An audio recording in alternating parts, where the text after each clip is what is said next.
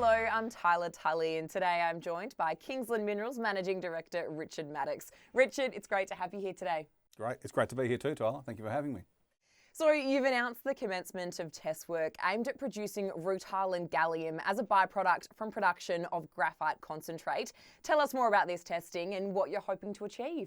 Yeah, that's right, Tyler. We're looking at producing gallium and rutile from our graphitic schist at Leliyn. It's very early stages yet. We noticed in our drilling last year, when we were drilling for graphite in 2023 and 2024, that there were elevated levels of both gallium and rutile in the drill results. But now we've got the graphite scoping study underway. We'll focus on to those other elements as well. And we think there is scope to concentrate the gallium through the flotation processes, and also possibly do the same with rutile, or use gravity separation as well. Early stages yet, but we'll start doing the test work now. The scoping study we're putting out now won't have gallium or rutile in it. We'll wait till a bit more advanced test work results back, but maybe next year. As you've mentioned, this will be testing rutile and gallium extracted from Leliyn. Can you remind us of the drilling success you've had at the project? Yeah, that's right. We've been drilling this for about 2 years now. It was only discovered in early 2023. We did some drilling in 2023, drilling in 2024. We've now got an inferred resource, inferred and indicated resources up towards 200 million tonnes now at about 7.3% graphite. We did some drilling last year to upgrade a small portion to indicated. That'll form the basis for our scoping study now, which is ongoing. And once we get a positive result from the scoping study, we'll do more drilling to enlarge the resource and get more confidence in the indicated resources going forward.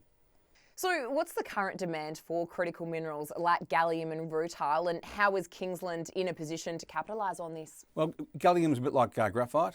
Production and processing is dominated in China. So I think the world going forward now to diversify away from that single supplier wants other sources of gallium.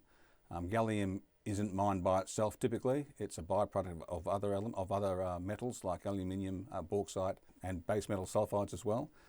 So I think where we are, given our location in Darwin and the Northern Territory, it'll be a byproduct of our graphite production going forward. So we think we're well placed to produce gallium if our test work results are positive. Similar with rutile as well. Rutile is the main source for titanium. Titanium is used in many applications around the world, especially in the aerospace industry. Again, it's a critical mineral, so hopefully we can produce some rutile from our project up in Darwin and supply the world outside of China. You mentioned you're working on a scoping study at Leliyn. Can you give us an update there? Yeah, we started a few months ago. We were doing it with GR Engineering and IMO, Independent Metallurgical Operations here in Perth.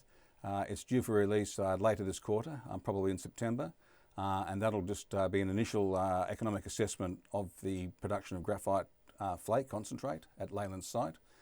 So we're looking forward to announcing that to the market coming up soon. It's progressing well.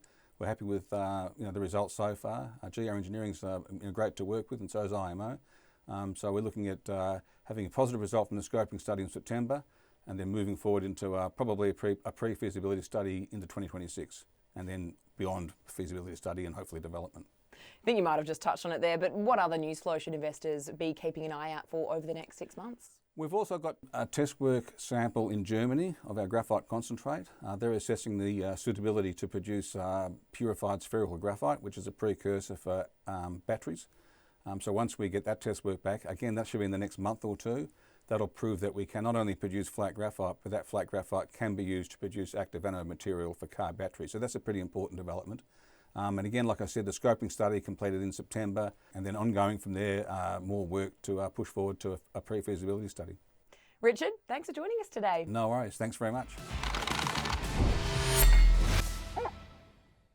For more ASX news and analysis, subscribe below.